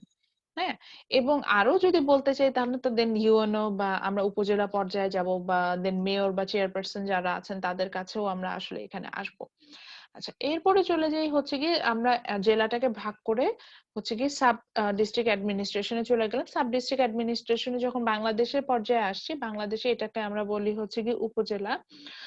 সো এবং বাংলাদেশে একজন উপজেলা পর্যায়ে সর্বোচ্চ পদমর্যাদার অধিকারী, যাকে কিনা একই কথা যে he is appoint from the central government, so that designation is called UNO, Upazila Nirbahi officer, বা বাংলায় যেটাকে বলছে, অথবা আমি যদি ইংলিশে যাই এটা কল উপজেলা এক্সিকিউটিভ অফিসার। একইভাবে it's non elected administrative position in উপজেলা। ওই যে বলছি যে সেন্ট্রাল গভর্নমেন্ট থেকে এখানে আসবে। সো আপনার এলাকাতে ইউএনও কে হবে, ইটস নট ইয়োর হেডেক, এটা আসলে গভর্নমেন্টের হেডেক। গভর্নমেন্ট থেকে উনি ইলেক্টেড হয়ে আসবেন। আচ্ছা, দেন আসি একই জিনিস যে উনিও বাংলাদেশ সিভিল সার্ভিসেস কমিশনের একজন যেটাকে বলা হয় যে অ্যাডমিন ক্যাডার, অ্যাডমিনিস্ট্রেটিভ ক্যাডারের একজন সদস্য হবেন। And his designation equivalent is senior assistant secretary. এগুলো সবই এখানে খুঁজে পাবেন, উইকিপিডিয়াতে এগুলো আছে। সো তার his designation is equivalent to the senior assistant secretary. So senior assistant secretary, এবং তার কাজ হচ্ছে গিয়ে মেইনলি উপজেলা পর্যায়ে তার আন্ডারে যারা আছেন তাদেরকে নিয়ে উপজেলা পর্যায়ে কিন্তু আইন শৃঙ্খলা পরিস্থিতি এবং গভর্নমেন্ট সুশাসন যেটাকে বলা যায় যে সেটাকে বজায় রাখা। সো এরপরে আসি যে এই যে উপজেলার কথা বলছি, এখন যখন আমি উপজেলাতে আসছি, আমি তো এটা গেলাম নন ইলেক্টেড পার্ট। আমি যদি ইলেক্টেড পার্টে চলে যাই, সো ইলেক্টেড পার্টে যদি যাই তখন এটাকে আমরা সাধারণত উপজেলাকে ভাঙলে আমরা এটাকে আমি এটাকে বলি হচ্ছে কি উপজেলা পরিষদ। আমি নন ইলেক্টেড পার্টের কথা বলছি, যেটা হচ্ছে কিনা এতক্ষণ পর্যন্ত এই যে ডিভিশনাল অ্যাডমিনিস্ট্রেশন বা ডিস্ট্রিক্ট অ্যাডমিনিস্ট্রেশন বা সাব ডিস্ট্রিক্ট অ্যাডমিনিস্ট্রেশন, যে তিনটা বললাম, তিনটাই কিন্তু নন ইলেক্টেড পার্ট। অর্থাৎ এখানে এই এনাদেরকে ইলেক্টেড করার ক্ষেত্রে আপনার বা আমার কোনো প্রকার কোনো ইনফ্লুয়েন্স নাই। বাট যদি আমি ইলেক্টেড পার্টে যেতে চাই, যে যেখানে আমি আপনি ইলেক্ট করছি, মানে আমাদের ভোটে কারা আসলে এই লোকাল গভর্নমেন্টে আসবে, সেখানে যদি যাই, সেক্ষেত্রে হচ্ছে ডিস্ট্রিক্ট পর্যায়ে ডিস্ট্রিক্ট পর্যায়ে আমাদের ইলেক্টেড করার কিছু নেই। এখানে আমরা সাব ডিস্ট্রিক্ট পর্যায়ে ইলেক্টেড করার বিষয়টা আসে। তখনই হচ্ছে রুরাল এরিয়াতে আমরা যেটাতে পাই, রুরাল অ্যাডমিনিস্ট্রেশনের আন্ডারে যেটা পাই, সেটাকে আমরা বলে থাকি হচ্ছে কি উপজেলা পরিষদ। এখন সেটাকে আমরা যখন সিটি কর্পোরেশন আসে এটাকে আমরা বলে থাকি কাউন্সিল। আর গ্রাম অঞ্চলে অর্থাৎ আমি রুরাল এরিয়া গুলোতে যদি যাই, সেটাকে আমরা বলছি উপজেলা পরিষদ। উপজেলা পরিষদে একটা সময় পর্যন্ত যিনি হেড থাকতেন তাকে আমরা বলতাম, মানে আমাদের ভোটেই তিনি নির্বাচিত হন, তাকে আমরা বলতাম হচ্ছে চেয়ারম্যান। এবং চেয়ারম্যানের আন্ডারে একজন ভাইস চেয়ারম্যান থাকতো, এবং একজন সংরক্ষিত মহিলা আসন থেকে উমেন ভাইস চেয়ারম্যান থাকতো। এছাড়া হচ্ছে গিয়ে চেয়ারম্যানের আন্ডারে আমার মেম্বার থাকতো, এবং এই চেয়ারম্যানের আন্ডারে মেম্বার থাকতো, এবং এই মেম্বারদের হচ্ছে গিয়ে মেম্বার থাকতো, এবং এই মেম্বার এই যে এনাদেরকেও কিন্তু আমরা হচ্ছে কি আমাদের নিজেদের ভোটে ইলেক্টেড করতাম। এবং যেটা হয় যে আমাদের প্রথম উপজেলা পরিষদ নির্বাচন যদি বলা হয়, এটা 2010 সালে প্রথম হচ্ছে গিয়ে আমার প্রথম হচ্ছে অনুষ্ঠিত হয় এই যে এরকম উপজেলা পর্যায়ে। মানে এখন যেভাবে আমরা উপজেলা পর্যায়ে নির্বাচনটা দেখি, এটা প্রথম স্ট্রাকচারটা শুরু হয় 2010 সাল থেকে, দেন এখন এই স্ট্রাকচারটা আমরা মেনটেন করে যাচ্ছি। সো উপজেলার আন্ডারে যেটা যদি আমরা দেখতে যাই, এটা একটু আমরা ট্রিটা দিয়ে দেখি তাহলে আমাদের জন্য খুব ইজি হবে। সো সাব ডিভিশনাল যে আমরা যে অ্যাডমিনিস্ট্রেশন পেলাম সেখানে তো এটা বলেই দিলাম যে উপজেলা এক্সিকিউটিভ অফিসার ইউএনও আমি এটাকে ইলেক্টেড করব। দেন এখানে আরেকটা আন্ডারে থাকবে হচ্ছে কি আর ইলেক্টেড পর্যায়ে আমরা আমাদের নিজেদের ভোটে নির্বাচিত হবে তাদেরকে আমরা বলবো যে উপজেলা পার্লামেন্ট বা উপজেলা পরিষদ যেটাকে আমরা বলছিলাম, যেটা হচ্ছে একজন চেয়ারম্যান এবং তার আন্ডারে ভাইস চেয়ারম্যান অ্যান্ড মেম্বার্স, তাদেরকে নিয়ে আসলে হচ্ছে গিয়ে এটা তৈরি হয়। এবং দেন হচ্ছে গিয়ে উপজেলাটা আসলে কি দিয়ে মানে মানে কি দিয়ে আমরা আসলে কনসিস্ট করব। তো অ্যাকচুয়ালি একটা উপজেলা তৈরি হয় হচ্ছে কতগুলো ইউনিয়ন, এবং বাংলাদেশে এরকম 4,600 মোর দেন 4,600 ইউনিয়ন আছে, এবং এটাও হচ্ছে ডাইরেক্টলি ইলেক্টেড হয়। অর্থাৎ আমাদের সরাসরি ভোটে আমরা ইউনিয়ন পরিষদ যে পরিষদ যারা ইউনিয়ন পরিষদ পর্যায়ে আমরা হচ্ছে গিয়ে আমাদের ভোটে আমরা মেম্বার এবং চেয়ারম্যান নির্বাচিত করি, এবং সেখানে তারা কিন্তু যে উপজেলা পর্যায়ে কাজ করে, সেটাই বলতে চাচ্ছিলাম। সো এরপরে চলে আসি যে আমাদের যে ইউনিয়নের কথা বললাম, এই ইউনিয়ন পর্যায়ে আসলে মানে এই যে রুরাল কাউন্সিল যেটাকে আমরা বলছিলাম যে এটা আসলে কিভাবে কাজ করছে। সো এখানে একটু আসি, আমি যখন সিটি এরিয়াতে যাব, এটা আমরা সিটি কর্পোরেশনে যাব, কিন্তু আমি যখন এই গ্রামাঞ্চলে যাব আমি কিন্তু এখানে ইউনিয়ন পরিষদ হিসেবে এটাতে আনবো। তো এটার একটা সময় নাম ছিল হচ্ছে কি ভিলেজ কাউন্সিল, যেটাকে আমরা এই যে ইউনিয়ন পরিষদ বলছি, এটা 2010 সাল থেকে এই চেঞ্জেসটা আসছে। এর আগে কিন্তু আমি নিজেও যখন স্টাডি করেছি, আমি নিজে যখন স্টুডেন্ট ছিলাম, আমি কিন্তু ভিলেজ কাউন্সিল পড়ে আসি, আমি কিন্তু ইউনিয়ন পরিষদ এগুলো পড়িনি, এগুলো নিউ কনসেপ্ট। এই জন্যই হচ্ছে যে কিছু কনফিউশন আসে যে আমি তো ম্যাডাম আমার এলাকাতে দেখি যে আমার এলাকাতে মেয়র নির্বাচিত হচ্ছে না, আমার এলাকাতে আমি দেখতে পাচ্ছি এখনো চেয়ারম্যান নির্বাচিত হচ্ছে। এই যে এই কনফিউশন গুলো এখান থেকে অ্যারাইজ হয়। আচ্ছা, সো এটা একটা সময় আমরা একটা ভিলেজ কাউন্সিল বলতাম, এটাকে এখন আমরা আসলে ইউনিয়ন কাউন্সিল বলে থাকছি, বা ইউনিয়ন পরিষদ যেটাকে বলা যায়, যে এটাকে বলছে this is the smallest administrative part of government, হ্যাঁ, government units of Bangladesh. So আমি আমার মানে আমি যদি লোকাল গভর্নমেন্টের ইউনিট গুলো দেখি, তো this is the smallest part, অর্থাৎ অনেকগুলো ইউনিয়ন নিয়ে আমার উপজেলা তৈরি হবে, দেন উপজেলাগুলো নিয়ে একটা জেলা তৈরি হবে, জেলা পরিষদ গুলো নিয়ে আমার হচ্ছে গিয়ে ডিভিশন তৈরি হবে, এবং ডিভিশন নিয়ে আমার ফুল গভর্নমেন্ট। তো এইভাবে কিন্তু যায়। সো এই যদি আমি ইউনিয়নের ক্ষেত্রে যেতে যাই, তো আমি এখন ইউনিয়ন নিয়ে কথা বলছি। সো ইউনিয়ন নিয়ে যদি আমরা যেতে চাই, ইউনিয়নটাকে ভাঙলে আসলে আমরা 9টা ওয়ার্ড পাই। আমাদের ইউনিয়ন পর্যায়ে, যে কোনো ইউনিয়ন পর্যায়ে আমরা যদি যাই, সেখানে আমরা 9টা ওয়ার্ড পাবো, এবং একটা ওয়ার্ডের আন্ডারে সাধারণত একটা ভিলেজ থাকার সিস্টেম, কিন্তু কোনো কারণে যদি ভিলেজ মানে স্মল সাইজ অফ ভিলেজ হয়, তখন দেখা যায় যে তখন হয়তো 2টা বা 3টা ভিলেজ নিয়েও একটা ওয়ার্ড গঠিত হয়। সো আবারও বলছি, একটা ইউনিয়নকে ভাঙলে আমরা 9টা ওয়ার্ড পাবো। আমরা উপজেলা পেলাম, উপজেলাকে ভেঙে আমরা দেখলাম যে উপজেলাকে আবার ইউনিয়নে ভাঙা হচ্ছে, ইউনিয়ন পরিষদ যেটাকে বলছে, এবং ইউনিয়ন পরিষদকে ভাঙলে আমরা আসলে ওয়ার্ড পাচ্ছি। কয়টা ওয়ার্ড পাচ্ছি? প্রত্যেকটা ইউনিয়ন পরিষদকে ভাঙলে আমরা 9টা ওয়ার্ড পাচ্ছি, এবং প্রত্যেকটা ওয়ার্ড আবার হচ্ছে গিয়ে একটা বা 2টা গ্রাম নিয়ে গঠিত, যদিও ইউজুয়ালি একটা গ্রাম নিয়ে গঠিত হওয়ার কথা, কিন্তু এটা অনেক সময় মানে গ্রামে যদি সাইজ ছোট বা পপুলেশন কম হয়, স্পেশালি পপুলেশনের দিকে এখানে হেডেক দেওয়া হয়, তখন কিন্তু একটা গ্রাম না 2-3টা গ্রাম নিয়েও একটা ওয়ার্ড গঠিত হয়, এবং অনেক সময় দেখা যায় যে একটা গ্রামের অর্ধেক একটা ওয়ার্ডে, আর একটা গ্রাম আর বাকি অর্ধেক আর একটা ওয়ার্ডে পড়েছে, এরকমও হয়। সো এখন যখন আমি ইউনিয়ন কাউন্সিলে যাচ্ছি, ইউনিয়ন কাউন্সিলে একজন চেয়ারম্যান থাকেন, এবং তার আন্ডারে হচ্ছেন গিয়ে 12 জন মেম্বার থাকেন। যে 12 জন মেম্বারের মধ্যে 1/3 হচ্ছে গিয়ে সংরক্ষিত মানে 1/3 হচ্ছে গিয়ে মহিলা আসনের জন্য দেওয়া থাকে। এই জন্য এই 12 জনের মধ্যে দেখা যায় যে 3 জন আমার কিন্তু আহ 3 জন মেম্বার হবে হচ্ছে গিয়ে মানে রিজার্ভ ফর উইমেন, সেখান থেকে আমরা আসলে পাচ্ছি, যে সংরক্ষিত মহিলা আসন থেকে আমরা কিন্তু এই 3 জনকে পেয়ে থাকছি। এবং এই যে এটা বলছি, এটা কিন্তু উপজেলা অ্যাক্ট, আমাদের একটা আইন পাস হয় 2009 সালে, এই উপজেলা অ্যাক্ট ওয়াইজ এটা এখন চলছে, এটাই বলছে। আমি যখন পড়াছি আমি এইভাবে পড়িনি, আমি জানতাম 13 জন মেম্বার থাকে, 13 জনের মধ্যে একজন হয় হেড, যাকে চেয়ারম্যান বলা হয়, বাকি 12 জন আমাদের সরাসরি ভোটে নির্বাচিত হবে, এরকম করে। কিন্তু এখন যে ভাগটা করছি যে একজন চেয়ারম্যান নির্বাচিত হবে, চেয়ারম্যান ছাড়াও 12 জন সরাসরি মেম্বার নির্বাচিত, যার মধ্যে 3 জনকে আবার সংরক্ষিত মহিলা আসন থেকে নিয়ে আসতে হবে, অর্থাৎ তারাও নির্বাচনে দাঁড়াবে, আমাদের ভোটেই তারা নির্বাচিত হবে, সেরকম এভাবে নিয়ে আসা হচ্ছে। আচ্ছা, আহ আহ নির্বাচিত হবে। তো এইটা হচ্ছে গিয়ে একটা ইউনিয়ন পরিষদের যদি আমি গঠনটা দেখি, এই ইউনিয়ন পরিষদের গঠনটা হচ্ছে এরকম। এখন আপনার কথা হতে পারে যে ম্যাডাম ইউনিয়ন পরিষদের কাজটা কি?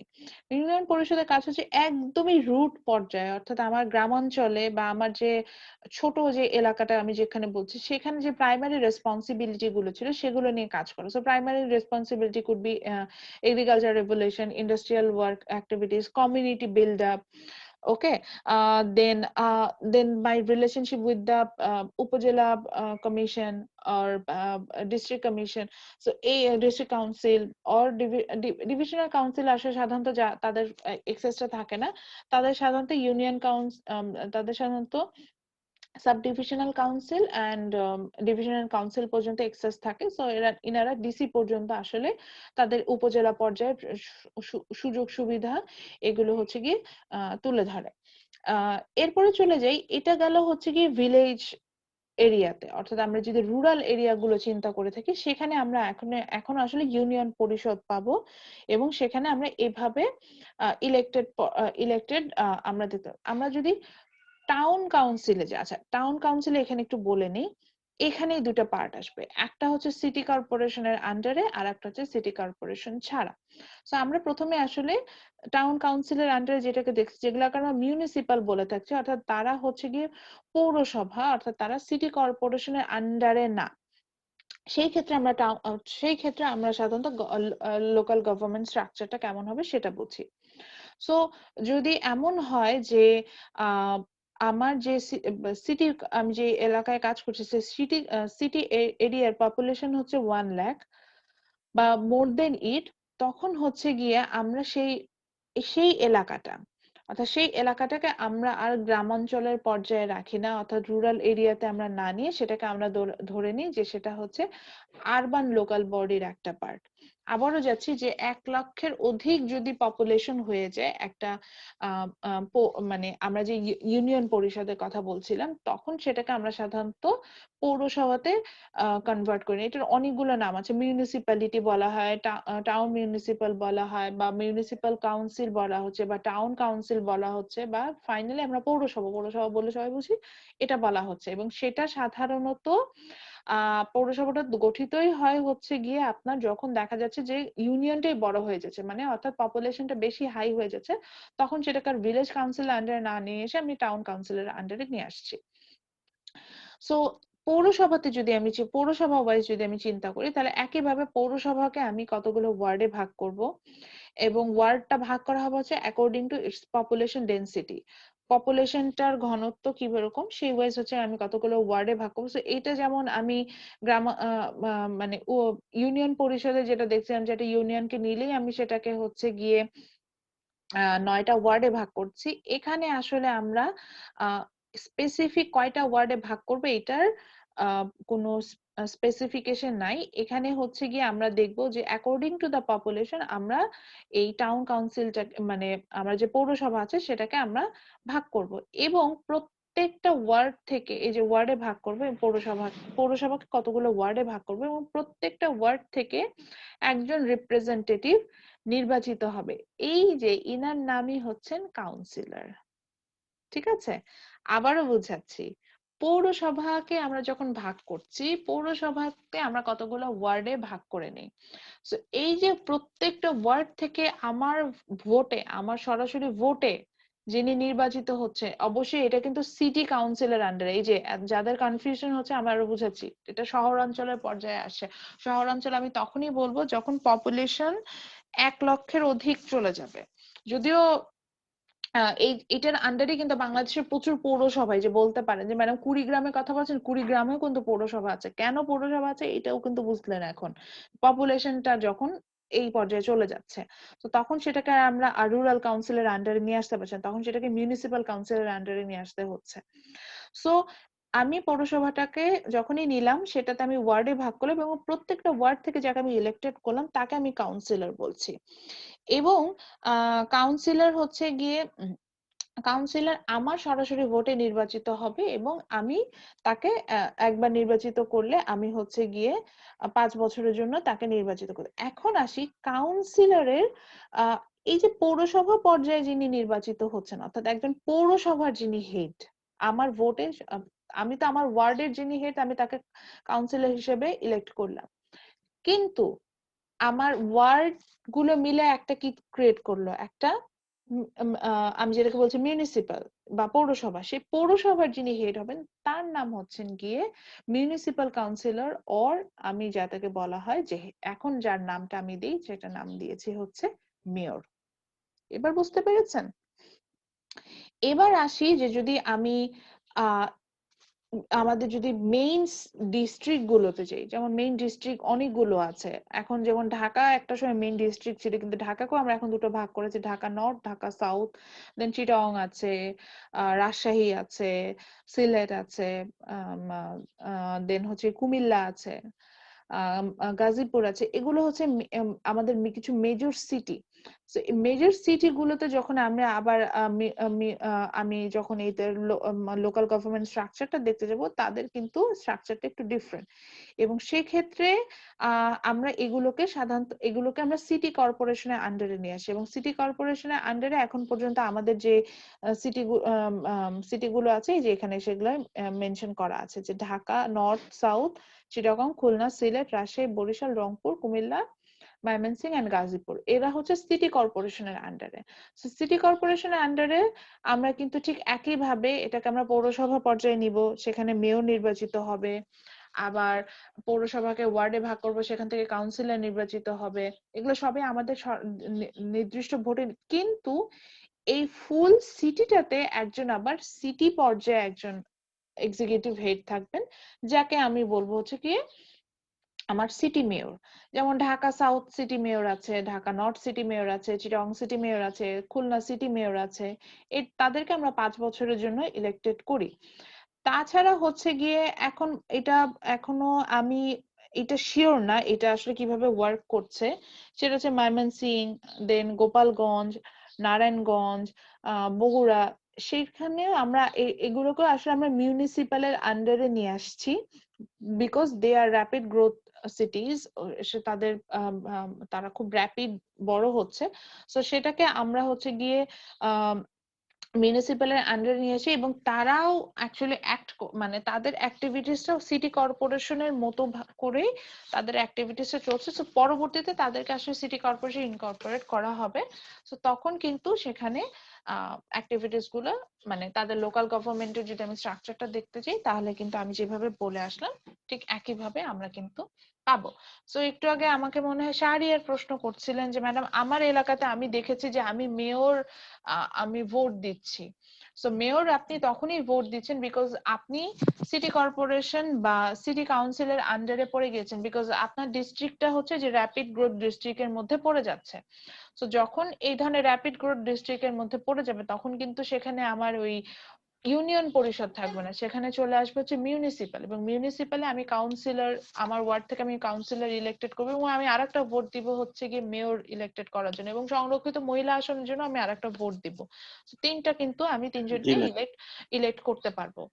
কিন্তু যদি আমি এখন জি ম্যাম। এখন আমার এলাকার পপুলেশন কম, সো আমি চলে গেলাম গ্রামে, তখন কিন্তু আমি আবার সেখানে কিন্তু আর তখন আমার কাউন্সিলর বা মেয়র বলে কিছু আসবে না, তখন কিন্তু আমরা উপজেলা পরিষদের আন্ডারে চলে আসছি। তো সেখানে কিন্তু আবার আমি আমার ওয়ার্ড পর্যায়ে যাদেরকে নির্বাচিত করছি তাকে আমি কিন্তু মেম্বারই বলবো। বুঝতে পারছি? তাকে আমি মেম্বার বলবো, এবং আমি একজন মেম্বার নির্বাচিত করব, আমি একজন সংরক্ষিত মহিলা আসনে মেম্বার নির্বাচিত করব, আমি একজন ভাইস চেয়ারম্যান নির্বাচিত করব, মানে আমি ভোট দিব, মেইন কথা ভোট দিব, এবং তারা নির্বাচিত হবে এবং একজন চেয়ারম্যান নির্বাচিত হবে। সো ওভারভিউটা যদি আমি দেখতে চাই তাহলে এটা এরকম একটা ট্রির মতো কাজ করে। আই হোপ আমি ডিফারেন্সটা বুঝাতে পেরেছি, যে আমি বলেছেন যে একটু কথা শুনেন তাহলে পুরোটা বুঝে যাবেন এখানে একটু ডিফারেন্সটা কোথায় কাজ করে। সো আই হোপ বুঝতে পেরেছি যে আমাদের সেন্ট্রাল গভর্নমেন্ট থেকে যখনই আমরা লোকাল গভর্নমেন্ট স্ট্রাকচারে আসছি, এটাকে আমরা আসলে এভাবে ভাগ করছি এবং আমরা সেখানে দেখতে পাচ্ছি যে আমরা প্রথমে 8টা ডিভিশনে ভাগ করি। সেখানে আমরা একজন ডিভিশনাল হেড পাচ্ছি যাকে আমরা ডিভিশনাল কমিশনার বলছি। দেন আমরা পাচ্ছি ডিস্ট্রিক্ট কমিশন ডেপুটি কমিশনার পাচ্ছি যাকে আমরা ডিসি বলছি। ডেপুটি কমিশনার একা কাজ করেন, আমি এটাকে বলেছেন যে জুডিশিয়ারি পার্ট থেকে একজন জেলা জজ থাকে এবং পুলিশ থেকে একজন থাকেন হচ্ছে গিয়ে যাকে আমরা বলছি হচ্ছে গিয়ে পুলিশ সুপার।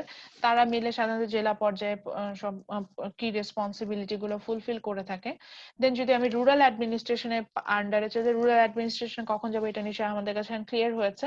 সো রুরাল অ্যাডমিনিস্ট্রেশনের আন্ডারে যদি চলে যাই, সেটাকে আমরা হচ্ছে গিয়ে উপজেলা পর্যায়ে যাই। উপজেলা পর্যায়ে একজন প্রধান থাকেন হচ্ছে ইউএনও এবং তার আন্ডারে উপজেলা পরিষদটা থাকে। উপজেলা পরিষদটা হচ্ছে চেয়ারম্যান এবং তার ইউনিয়ন মেম্বারদের নিয়ে গঠিত হয়।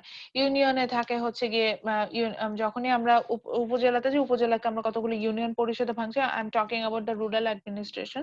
উপজেলা পর্যায়ে ভাঙছি, প্রত্যেকটা ইউনিয়ন পরিষদে ভাঙছি এবং ইউনিয়ন পরিষদে যেটা হচ্ছে যে একটা ইউনিয়নের আন্ডারে আবার 9টা ওয়ার্ড থাকে এবং এই ওয়ার্ডেও কতগুলো, একটা ওয়ার্ডের আন্ডারে একটা গ্রাম থাকার কথা, কিন্তু একটা না কয়টা গ্রাম হবে এটাও পপুলেশনের উপর ডিপেন্ড করে। আর যদি হচ্ছে গিয়ে আমার পপুলেশন ডেন্সিটি অনেক হাই হয়, 1 লাখ বা মোর দেন ইট, তখন সেটাকে আমরা আরবান অ্যাডমিনিস্ট্রেশনের আন্ডারে নিয়ে আসি। আরবান অ্যাডমিনিস্ট্রেশনের আন্ডারে আমাদের সিটি কর্পোরেশন আছে। এই যে এখানে কিন্তু বলেই দিয়েছে যে 10টা সিটি কর্পোরেশন আছে। আর যদি সেগুলোকে আমরা সিটি কর্পোরেশন না নিতে পারি, সেগুলোকে আমরা পৌরসভাতে নিয়েছি, যেগুলা র্যাপিড গ্রোথ সিটি যেটাকে আমরা যাচ্ছি। সিটি কর্পোরেশনে গেলে আমরা মেয়র ইলেক্টেড করি, যেটা সিটি মেয়র বলছে, ডাইরেক্টলি ইলেক্টেড। দেন আমরা লোকাল পার্লামেন্ট হিসেবে হচ্ছে গিয়ে আমরা কাউন্সিলর ওয়ার্ড থেকে হচ্ছে কাউন্সিলর ইলেক্টেড করছি।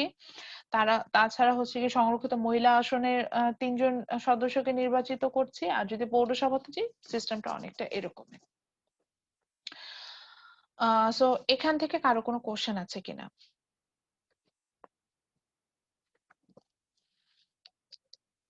কারো কোনো কোশ্চেন আছে?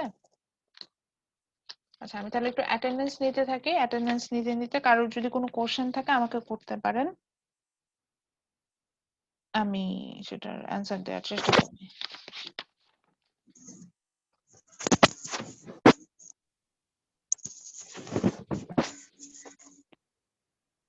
আরো কোনো কোশ্চেন নাই, এই তো?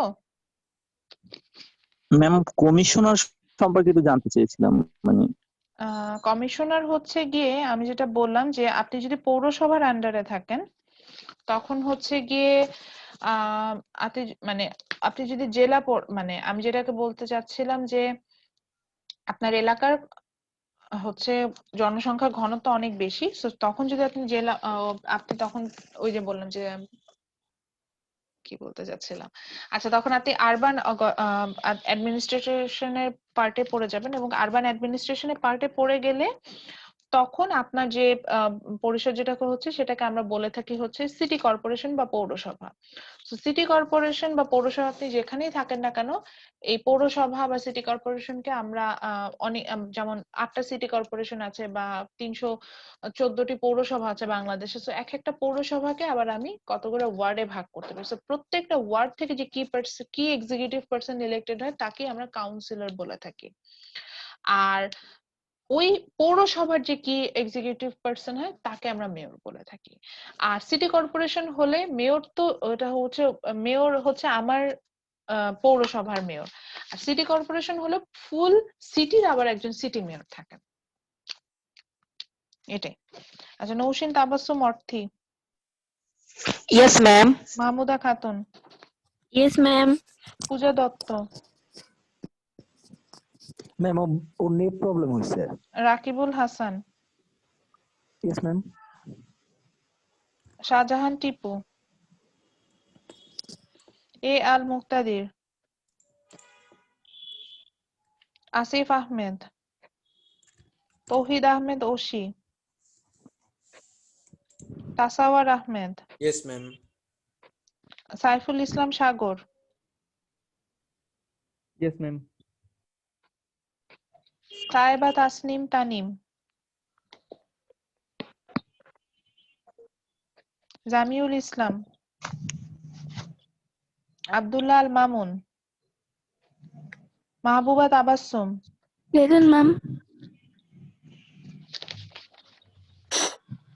Naim Ahmed Himel, Yes, ma'am. শাহরিয়ার আহমেদ ইমন, শেখ শাহরিয়ার আলম, সাইফ হাসান ধ্রুব, জোবায়েদ হোসেন জিহাদ, Yes, ma'am.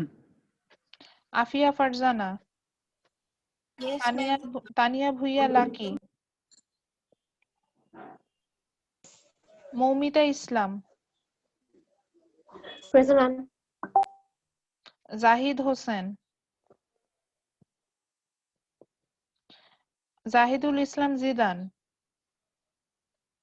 Nabila Yes, ma'am. Tabassum, Present, Zahidul ma'am. Islam Zidan. Okay, Nabila Tabassum, Present, ma'am. Papon Chandra Roy, Papon Chandra Roy, Prantik Hossain, Yes, ma'am. Rumi Akter, Yes, ma'am. Hasibul Islam Niloy, Yes, ma'am. Tanvir Hossain, yes ma'am. Sanjida Khanam, Yes, miss. Mohammad Sohan Ali, Yes, ma'am. Mim, Yes, ma'am. Tarek Rahman, Shahria কাউসার, Yes, ma'am. আচ্ছা Tarique Rahman absent. না ma'am আছি তো here. আচ্ছা ma'am Shahria কাউসার। আচ্ছা ঠিক আছে, ma'am Tarique Rahman ছিলাম। দিয়েছি। খুদিজা Akter, Yes, ma'am. Mahbuba Rahman, Mahjabin Rahman Shahrin, Yes, ma'am. আল রহমান চয়ন, Sabira Khanam, Yes, ma'am. Sultana Akter, Yes, ma'am. Mohammad Mirajul ইসলাম রাফি, Yes, ma'am. জান্নাতুল মাওয়া, Sulaiman Hossain, Yes, ma'am. Shaon, Yes, ma'am. Kashfia, Mohammad Shakil, Nusrat Yes, জাহান, ma'am. Abu Present, Bakr ma'am. Siddique, Yes, ma'am. Hasan Al Mamun, Sikdar নুরি তাজালি, Fuad Al Amar, Mohammad Hasanuzzaman, yes ma'am. Ma'am ফুয়াদের আব্বু একটু অসুস্থ আছে, এই জন্য ক্লাস করতে পারতেছে না। জয়ন্তী বাসার Jaya, Yes, ma'am. Mohammad Ashikur Rahman, Yes, ma'am. Antonur Islam Antor, Nazmun Nahar Nila, Yes, ma'am. Sajid Hasan Rahat, Irin Akter Riya, ma'am Rahat আর অন্তর ছিল, তো মনে হয় নেট প্রবলেমের জন্য নেই। আচ্ছা ঠিক আছে, Riya, Irin Akter Riya, Arun Mahmud Akkhor, Amravati Nur Chowdhury, present ma'am. Soumik Ghosh, Present, ma'am. Rabbi Hossain, Indrajit Das, Hadiul ইসলাম,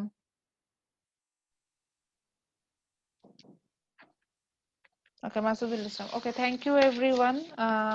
যদিও আমার মনে হচ্ছে যে এটা মনে হয় আমাদের লাস্ট ক্লাস, তারপরেও যদি কোনো কোয়ারিজ থাকে স্পেশালি আমাকে মেসেঞ্জার গ্রুপে এখন মানে নক করতে পারেন। এখন না, মানে বলতে চাচ্ছি যে এরপরে ফাইনালের আগে যদি কোনো কোয়ারিজ থাকে আমাকে একটু মেসেঞ্জার গ্রুপে নক করেন, আমি চেষ্টা করবো অ্যান্সার করে দিতে। আর কাইন্ডলি লেটস যাই এখন আপনাদের অ্যাসাইন করি না, কারণ এটাতে লেট সাবমিশনটা যাতে আমরা অ্যাভয়েড করি। ফাইনালে আমাদের এক্সাম যেটা হবে সেটাতে আমাদের 20 মার্কস হচ্ছে গিয়ে ভাইবার জন্য থাকবে এবং 15 মার্কস হচ্ছে অ্যাসাইনমেন্টের জন্য থাকবে। আমাদের যেভাবে মার্কস ডিস্ট্রিবিউশন করা তাতে কিন্তু 15 মার্কস হচ্ছে অনলাইন, 20 মার্কস হচ্ছে অনলাইন ভাইবা আর 15 মার্কস হচ্ছে ইন্ডিভিজুয়াল অ্যাসাইনমেন্ট। সো অনলাইন ভাইবাটা ইজ অনেক ইম্পর্টেন্ট, এটা একটু বুঝেন। সো একটু এই জন্যই স্টাডিটা করতে হয় যাতে 20 মার্কসে আমি অ্যাটলিস্ট এটা ভালো কিছু করতে, 15 মার্কস লিখে অনেক সময় ভালো করা যায়, তো ওটাই বললাম। তো সেটার জন্য যেহেতু ভাইবা পোর্শন আমাদের মার্কসটা বেশি, এটার ব্যাপারে আমরা একটু কেয়ারফুল হব। কম্পারেটিভে হচ্ছে গিয়ে আমি সাধারণত যে ছোট আজকে যেমন দেখেন আজকে যা পড়ালাম এখান থেকে ছোট প্রশ্ন করার মতো জায়গা অনেক বেশি। তো এখান থেকে এরকমই সাধারণত প্রশ্নগুলো আমি করব যে জেলা পরিষদ কি, উপজেলা পরিষদ কি, বা কাউন্সিলরের কাজ কি, কাজ তো কি না, মানে কাউন্সিলর কিভাবে আমরা পাচ্ছি, বা সংরক্ষিত মহিলা আসনের সদস্য কিভাবে নির্বাচিত হয়। তো এটা যে একই জিনিস, আমি কিন্তু পড়াচ্ছিলাম উইকিপিডিয়া থেকে, দেখবেন যে, বা আমি এই যে বললাম যে bangladeshstudies.org.com, এইভাবে আমি একটা ওয়েবসাইট আছে, সেখান থেকে আমি গিয়ে এই স্ট্রাকচার গুলো গো থ্রু করে দেখেছি। ওখানে এগুলা খুব ভালোভাবে দেওয়া আছে। আমার আরো একটা ইচ্ছা ছিল, পরে দেখলাম যে এগুলা আসলে অতটা রিলেভেন্সি নাই আমাদের সাবজেক্টের সাথে। সেটা হচ্ছে মানে কিছু ক্রাইটেরিয়া থাকে, যেটা হলে হচ্ছে গিয়ে আপনি চেয়ারপারসন হতে পারেন। চেয়ারম্যান আপনি চাইলেই হতে পারবেন না, আপনার কিছু ক্রাইটেরিয়া থাকতে হবে, সেদিন আপনি চেয়ারম্যান হতে পারবেন। সো সেই ক্রাইটেরিয়া গুলো কি হতে পারে, এগুলো নিয়ে আমি ভেবেছিলাম যে একটু পড়াবো। যে এইজ লিমিট থাকে, এডুকেশনে কোনো লিমিট নেই। মজার ব্যাপার হচ্ছে এটাই, যে বাংলাদেশে চিন্তা করেন গভর্নমেন্টের পার্ট তারা, অথচ শিক্ষাগত যোগ্যতার কোনো বার নাই। অর্থাৎ আপনি যদি আঙ্গুঠা ছাপ হন, মানে নিরক্ষর, কিছু পারেন না, সেও হচ্ছে গিয়ে নির্বাচন কিন্তু করতে পারবে, এর কোনো বাধ্যবাধকতা নাই। তো এই জিনিসগুলো আসলে একটু পীড়াদায়ক। তো এগুলো নিয়ে আমি দেখলাম, তো এগুলো নিয়ে একটু স্টাডি ম্যাম করাতে জি বলেন। ম্যাম এর ম্যাম আগে তো নিয়ম করা হয়েছিল না, আমি বাট যতটুকু ওইটা তো জানি, বাস্তবায়ন হয়নি, হ্যাঁ বাস্তবায়ন হ্যাঁ হ্যাঁ, হয়নি। আমি যতটুকু জানি যে শিক্ষাগত যোগ্যতার কোনো লিমিট নাই। মানে আমি পিএইচডি হোল্ডারও হতে পারি, আবার আমি হচ্ছে গিয়ে একদম মানে পড়াশোনা নাও জানা হতে পারি। ঠিক আছে, সো এটার কোনো লিমিট নেই, এখন পর্যন্ত এটা বাস্তবায়িত হয়নি। তো এটাই বলছি যে আমি এগুলো দেখলাম, পরে দেখলাম যে এগুলো আসলে যে যে আমরা যে যোগ্যতাগুলো দেখতে যাব, সেই যোগ্যতা দেখে তো আসলে মেইনলি আসল যোগ্যতা জায়গাটাই নেই, শিক্ষাগত যোগ্যতাটাই এখানে মেনটেন করা হয়নি। সো ওটাতে যাইনি। তো ওটাই বলছেন যে একটু গো থ্রু করলে দেখবেন যে those are very easy part, আপনারা পারবেন। এগুলো একটু দেখে নিতে পারেন। আর ছোট ছোট প্রশ্ন করবো, ম্যাম একটা আবারও প্রশ্ন ছিল ম্যাম। জি বলেন। ম্যাম ইউনিয়ন পর্যায়ে যদি 9টা ওয়ার্ড থাকে ম্যাম, ওখানে কি 3জনেই থাকবে, মানে মেয়র আর হলো ভাইস চেয়ারম্যান আর হলো চেয়ারম্যান? ইউনিয়ন পর্যায়ে না 9টা না ওয়ার্ড। না না না না, মেয়র আসবে হচ্ছে স্যার পৌরসভায়। ইউনিয়ন পর্যায়ে গেলে সরি ম্যাম, মানে, মেম্বার। হ্যাঁ, মেম্বার না, 9টা ওয়ার্ড থেকে 9 জন মেম্বার নির্বাচিত হবে, আর 3জন আসবেন হচ্ছে আলাদাভাবে সংরক্ষিত মহিলা আসন থেকে। এই 12 জন, একজন চেয়ারম্যান, একজন ভাইস চেয়ারম্যান। ম্যাম ঠিক আছে, ম্যাম আমি মুক্তাদির।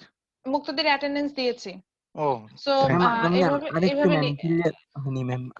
এইভাবে এইভাবে হচ্ছে গিয়ে সাধারণত, হ্যাঁ বুঝেন নাই বিষয়টা, না ম্যাম, বুঝেন নাই। না আচ্ছা আমি ইউনিয়ন বলতে, বিষয়টা আচ্ছা 9টা ওয়ার্ডে ইউনিয়ন, বুঝিনি। আচ্ছা ইউনিয়নে যেটা হচ্ছে যে ইউনিয়নকে আমরা 9টা ওয়ার্ডে ভাঙবো, এটাই হচ্ছে বিষয়। প্রত্যেকটা ওয়ার্ড থেকে আমরা একজন করে মেম্বার নির্বাচিত করব, বুঝতে পারছেন? আমার ওয়ার্ডে একজন মেম্বার নির্বাচিত জি। হবে। এখন এইভাবে 9টা ওয়ার্ড থেকে 9 জন মেম্বার আসলো, এবং সংরক্ষিত মহিলা আসন বলে আরো 3টা আমি সংরক্ষণ করে রেখেছি, 1/3, মানে 9 জনের 1/3 কি 3জন। সো এই যে জি। এক্সট্রা আরো আমি 3জনকে ইলেক্টেড করবো, এই মোট 12 জন সদস্য হয় ইউনিয়ন পরিষদে।